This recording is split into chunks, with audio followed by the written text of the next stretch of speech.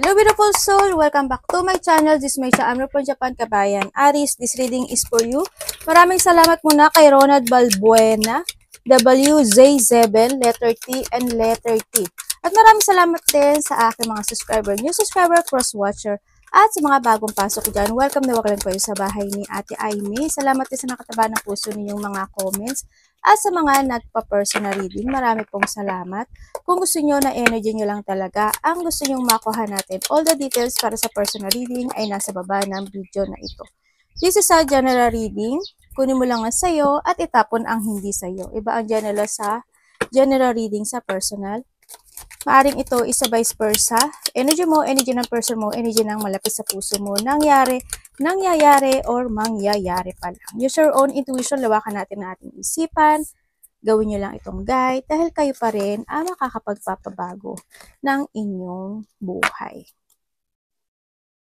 An arrogant, boastful person you should not cross. Ingat ka ha, kung sino man siya. I hope hindi ikaw yan. Deep friendship with someone of the same sex. Maaring meron kang kauri mo. Kung babae ka, babae din siya. Lalaki siya, lalaki din siya. Yan, maaring magka-relasyon kayo or nahando yung pagkakaintindihan or deep emotions sa isa't isa. You are on the road to success. Eto na, sa mountain, ibig sabihin, may mga sitwasyon na mahirap siyang tahakin kasi nagiging sigsag siya at pabago-bago, kumbaga weather lang yan, dito yung sitwasyon na huwag kang hihinto. Kailangan mo pumunta dun sa tuktok ng mountain na iyon. Kung ano may mga obstacle o blockage na to, nasa success path ka sa nakikita ko dito. Do not be tempted to lower your standard. Nako po, eto na. Kung saan mga aspekto ng buhay mo to, you need to focus to a red flag or focus to a wrong situation. Sana hindi ikaw yun. Huwag mong ibaba yung sarili mo. No, o hindi yung sitwasyon na bigyan mo ng halaga yung sarili mo. Tandaan mo you are worthy or bigyan mo ng halaga yung mga dapat mong gawin o dapat mong tahakin na landas sa buhay mo. Okay? Tingnan natin. Lion, time to act. Maybe you are related to Leo, no? And may mga sitwasyon na ito na yung kinakailangan mong umaksyon. Maaring may mga sitwasyon from the past, then ako nakikita sa iba sa inyo na gusto mong i-act, na you want to success yung bagay na yun, o may mga sitwasyon na kailangan mo ng aksyonan this time. Kasi it's going toward to a success. Any situation sa buhay mo, sa nakita ko dito, both money or property, through an inheritance, winning, or a windfall.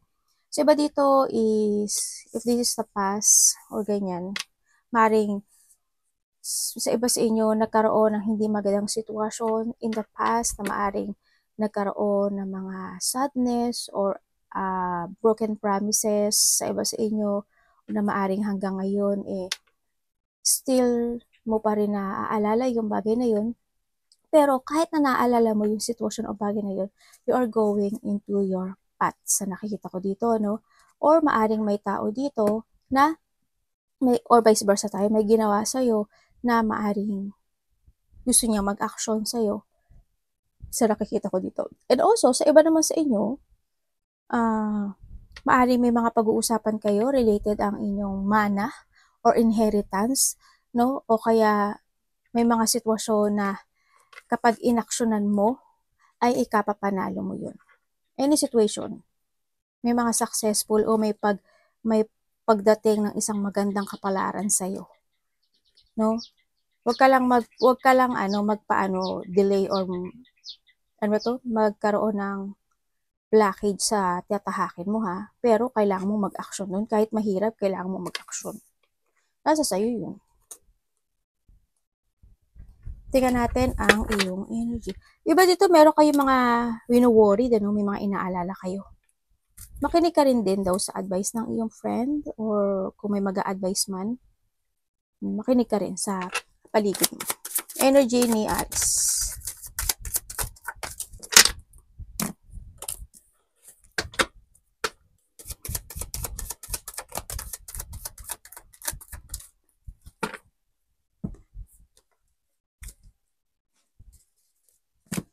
Okay, ay, sorry ah. Okay, energy mo. Okay. Energy mo, sa nakikita ko sa'yo dito, medyo nai-imbalance ka, no? This week, ay this second half is medyo imbalance to. Sa nakikita ko dito. May mga sitwasyon na magkakaroon ka ng chaos, you are not stable, may mga sitwasyon na maaring, hala, nag-aaway na anak ko, maaring magkaroon ka ng frustration, may mga sitwasyon na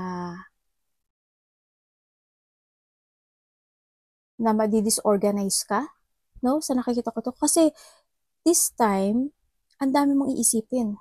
Madami kang isipin.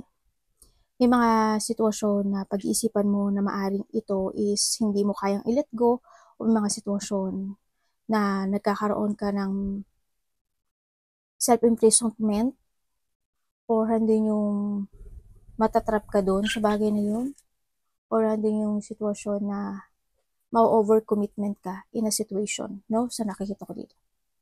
Sana wag naman. Kung nagkakaroon ka ng overthinking in something into your life, sana wag kang mag-overcommit doon sa bagay na yun. Kasi yun yung magiging blockage mo. Ito si Mountain Road. Ito yun. Ibig sabihin, it's time to act. Diba? May mga sitwasyon na kailangan mong kumilos to success. Sabi ko sa'yo, yung obstacle and blockage na yun, kailangan mo malampasan. No? You need to focus into yourself. Sa nakikita ko dito, may mga sitwasyon na kailangan mo ng strong will, may mga sitwasyon na kailangan mong protektahan yung sarili mo, yung energy mo, or depensahan. Kailangan mo manindigan, kung sa mga aspeto ng buhay mo yan, manindigan ka kung kailangan mong tumahak ng tamang direksyon, o huwag kang huminto, gawin mo. Kung this is a pag-uusap o magsalita ka, sinasabi dito, kasi maraming opportunity na dumarating sa'yo, kaso siguro, dumarating yung point, sa iba kuhanin mo lang sa'yo, sa iba dumarating yung point na nalilito ka, maaari sa dami na dumarating na opportunity sa'yo, any opportunity, love life, project man yan, o mga gusto mong actionan, fashion, anything na gusto mong tahakin. Ganyan kasi hindi siya stable or na-uncontrol ka nito. Natsing ako. Ay, sorry. Sorry. Ay, nako, si mami, naatsing lang. Nako po, wala naman nangyari kay mami. Diyos mayo. Yun ang nakikita ko sa'yo, no? May mga sitwasyon also na pwede kang ma-corner. Ganun. Sa nakita ko sa'yo ito. Maring matrap ka or ma-corner ka. Yun. Sana wag. No? Kung sa aspeto ng buhay mo yan.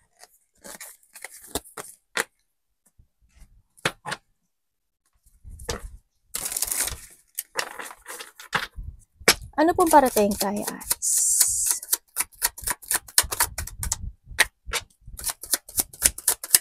May chaos, sana walang ganun. Or maguguluhan ka lang. Bakit po ito ang parating sa kanya?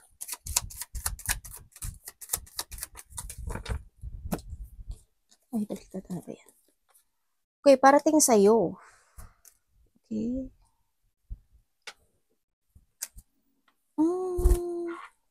Parating sa'yo. Ang nakikita ko dito sa'yo,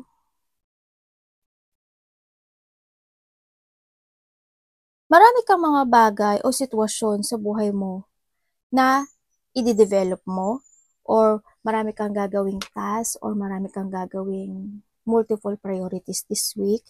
Sa nakita ko, siguro it's more on alone. Ang nakikita ko dito, no? Sa sarili mo mismo. Siguro mas more ka mag-focus into yourself this time. Sa nakikita ko dito. Parang hindi yung sitwasyon na you are more on keep moving to reach yung mga goals na gusto mong mangyari sa buhay mo. Kaya maaring ikaw maging busy, no? Sa nakikita ko dito, sa iba sa inyo, maaring you give in hard work and effort, or nahandi yung mag-focus ka to commit, o magkakaroon ka ng focus on commitment dun sa mga bagay o gagawin mo this time alone. Yun ang nakikita ko dito. Iba dito, developing. No, sa nakita ko dito. And then you try to make it balance din yung mga bagay o sitwasyon. O you need to balance sa nakikita ko dito. May tao akong nakikita dito na gusto niya ng union o gusto niya ng open communication, partnership, connection, or commitment sa'yo. They feeling alone, feeling rejected, feeling sad talaga tong tao na to. And then, there's a hardship happening sa kanya, no? Pero, hando yung sitwasyon na nagkakaroon siya ng jungling. Kasi maaring itong tao na to, hindi niya alam paano niya ibibigay muli sa'yo yung effort and hard work na yun, na tulad ng ibigay mo sa kanya. Or vice versa. Ano ang dapat iwasan ni Aries?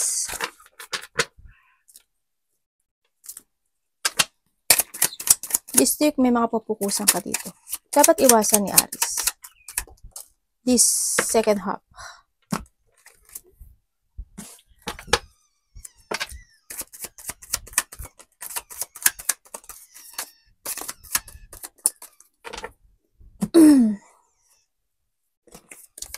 Ay, 3 of Swords. Okay. Iwasan mo yung isang sitwasyon sa buhay mo na matalo ka ng emotions. Iwasan mo yung isang sitwasyon sa buhay mo na ma-stress ka or malito ka, ma-depress ka. Iwasan mo yung mga sitwasyon na ma-disappointment ka sa mga gusto mong gawin this time. Iwasan mong matakot sa mga gusto mong i-pursue na idea o sa mga gusto mong tahakin. You need mong harapin yung takot mo sa nakikita ko dito. Also, iwasan mo din yung isang sitwasyon na magkaroon ng distraction sa'yo, no? Kasi isa yun sa sitwasyon na pwede mo ikabaksak o pwedeng hindi ka mag-success sa mga plano mo, sa mga sistema mo, sa mga pagpapasyahan mo, o sa mga dedesisyonan mo, sa mga gagawin mo, no? Sa nakita ko dito. Tandaan mo, you are the leader of yourself, you are the authority of yourself. Sa nakita ko dito, huwag kang mag-focus in a stress, anxiety, depression, pag-worry, or sa iba is a focusing from the past, or sa mga sitwasyon sa buhay mo na don't focus kasi sa sa emotions, more in emotions to sa nakikita ko, sa sadness, ganyan. Iwasan mo yun. No, huwag ka mag-focus dun sa emotions na magaganap o mga mangyayari sa'yo sa nakikita ko dito. Kailangan, sa ngayon, ang nakikita ko dito, sa iba sa inyo, alam niyo parang kahit na nasasaktan kayo sa mga bagay o sitwasyon na magaganap o mangyayari sa inyo this time, handuin yung sitwasyon na hindi mo ipapakita na nasasaktan ka. Hindi mo ipapakita yung emotion mo. Handito ka sa sitwasyon mo na ipapakita mo sa iba na matatag ka, pero deep inside hindi. Ang lungkot mo. Sa iba dito, may mga sitwasyon na nagkakaroon ng suktulan, ganyan, sa nakita ko dito. Andun yung nakita ko yung feelings mo medyo iba, no? Don't focus, sa ganun. Kasi andito ka na kay mountain, It's time to act na rin. Pero yung iba sa inyo, magiging maganda yung, takbo ng inyong career o any situation sa buhay. Pero mag-act ka, ha? Love is sa lahat. Kapatid, anak, magulang, karelasyon, kaibigan, kasama sa trabaho, sarili. Also, syempre, love yun.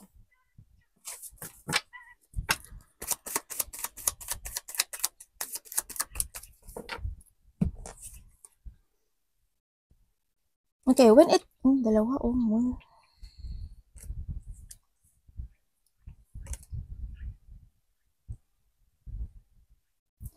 Okay, tandaan nyo palagi tayo vice versa. Okay, when it comes to a love, ang nakikita ko dito, nagkakaroon ng negativity, no?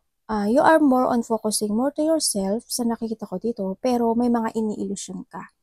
May mga sitwasyon na nagpapaka-strong ka sa nakikita ko dito, nandito ka naman sa focusing ka more sa mga layunin mo sa buhay mo this time.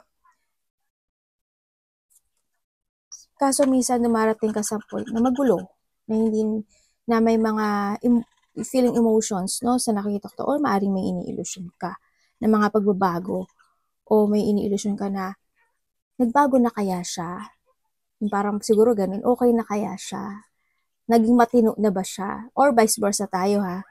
Yun. So when it comes dito sa relationship na to, nagkaroon ng mga disloyal, ayan, isa sa inyo is napunta in a dark place, ganun sa nakita ko dito. And then nandun yung may mga nagsinungaling, isa sa inyo nagsinungaling. And then also hindi nagmatch yung ano nyo no, hindi nagmatch yung energy nyo nitong relationship na to, kasi yung isa sa inyo nagpahalaga, yung isa sa inyo is nagpaka-leader. Yun na nakita ko in this relationship.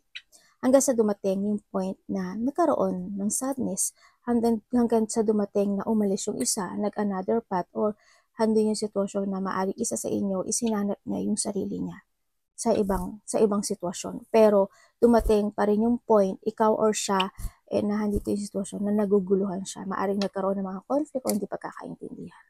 Maaaring isa sa inyo is more on focusing to starting a new beginning sa buhay niya, sa nakita ko dito, pero andito pa rin yung sitwasyon na maaaring naiisip ka pa rin, or vice versa tayo nitong tao na to. Kung kayo is magkasama nitong tao na to, isa sa inyo nagsisinungaling. May pagsisinungaling. Tingnan natin ang iyong money. Kamusta po ang money ni Aries?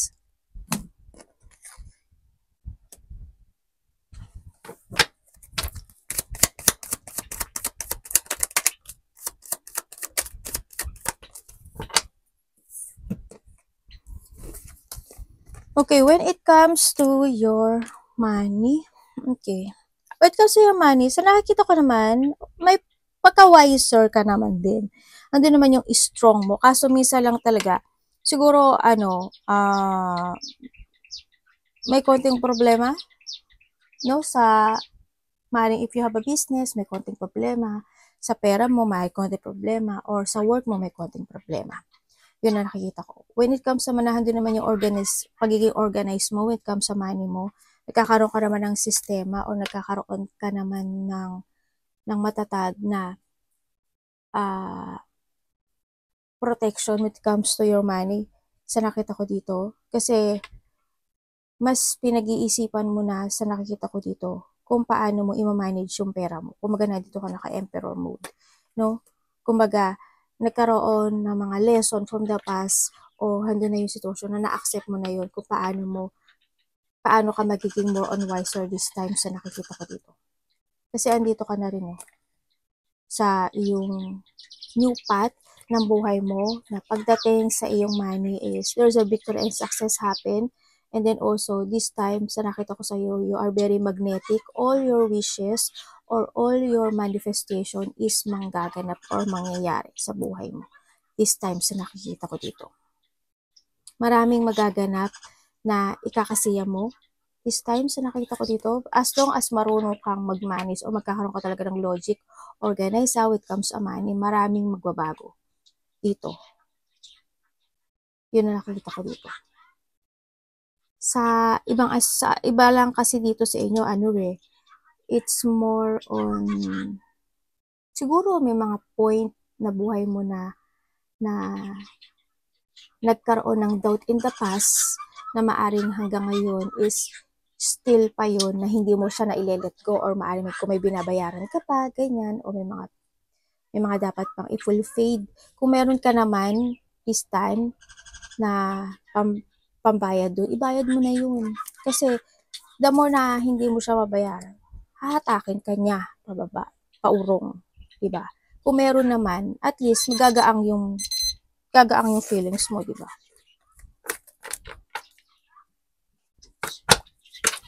Tingnan natin ang health Health is sa lahat. Kamusta ang health ni Aries?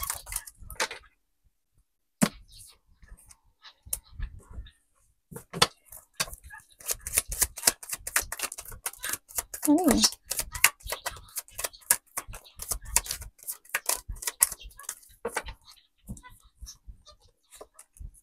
Okay. When it comes to your health, siguro ano lang, more on pag-aalala, more on emotions, or more on ano siya, kulang sa tulog sa nakikita ko dito. Yung iba sa inyo, malungkot kayo pero pagkaharap mo iba, masaya ka, no? Sa nakita ko. May mga sitwasyon din na mga, siguro biglaan lang naman na maaring makaramdam ka ng pagod, no? Maaring makaramdam ka ng feeling emotion, lungkot, ganyan. Yun nakikita ko sa mga biglaan na magaganap o mangyari. Sa health mo naman, minsan okay ka, minsan hindi eh. Yun ang nakikita ko sa health mo. Siguro because of the sun, no? Siguro kung nasa Pilipinas ka, siguro sa init, sa nakikita ko dito, yun. O sa iba naman sa inyo, nagkakaroon ka naman ng disiplina when it comes to your health sa nakikita ko dito. Siguro sa health, siguro related to a blood, muscle, it's more on emotions eh. Ang nakita ko dito eh. Yun. Nakita ko naman, iba sa inyo, nag-exercise kayo. Nag-gym kayo. Yung iba sa inyo, nakita ko. You're focusing to your health sa iba sa inyo. Siguro, misa lang mga biglaang nagaganap o nangyari lang na. Siguro, masakit ulo, ganyan. Mga muscle pain, mga ganun. Any opportunity. Itong card mo, parang nagwawala siya. Tingnan mo naman yung ano.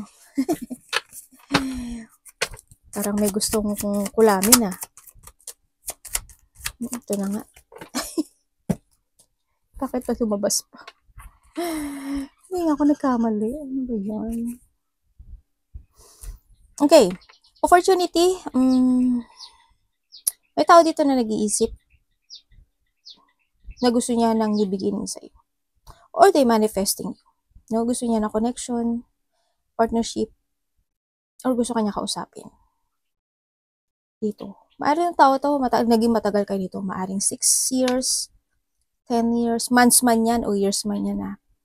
Or 4, 6, 2, 10, 7. Na dito, ano eh. Gusto niya itama yung mali niya. Itong tao na to. Yun na nakikita ko dito. Maaring itong tao na to, in a distance na to eh, no? Yun na nakita ko sa kanya. Pero gusto niya ng union sa'yo or they manifesting you to make a new beginning. Para magkaroon kayo ng beginning. Like niya naisip, yun nakita ko. Sa iba naman sa inyo, may mayroon na kayo mga pagpapasyahan sa buhay nyo. Either a travel, or may mga uumpisahan kayong bagong sitwasyon. Maaaring iba sa inyo is a new lovers. Yun na nakita ko dito.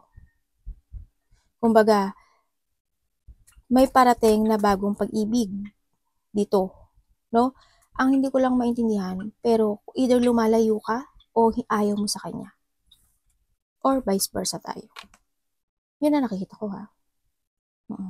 Maaaring you are more on focusing to your stability, work, ganyan sa iba sa inyo. Pero may parating daw na bagong tao sa'yo.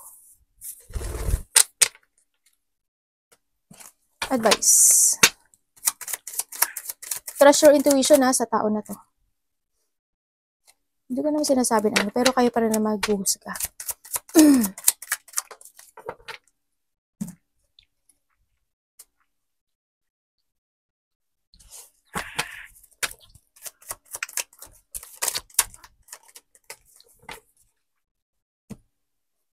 Okay, when it comes to an advice, kailangan mo daw pag-isiping mo iwigi o mag-take advantage ka sa mga action mo this time. Mag-focus ka sa mga bagong layunin mo. Take it action and bigyan mo ng bigyan mo ng focusing to. Sa focus to yourself, mag-save ka daw ng money and then also Try to make it balance, mga kinakain mo, iniinom mo, emotions mo, or pakikitungo, and make a new horizon.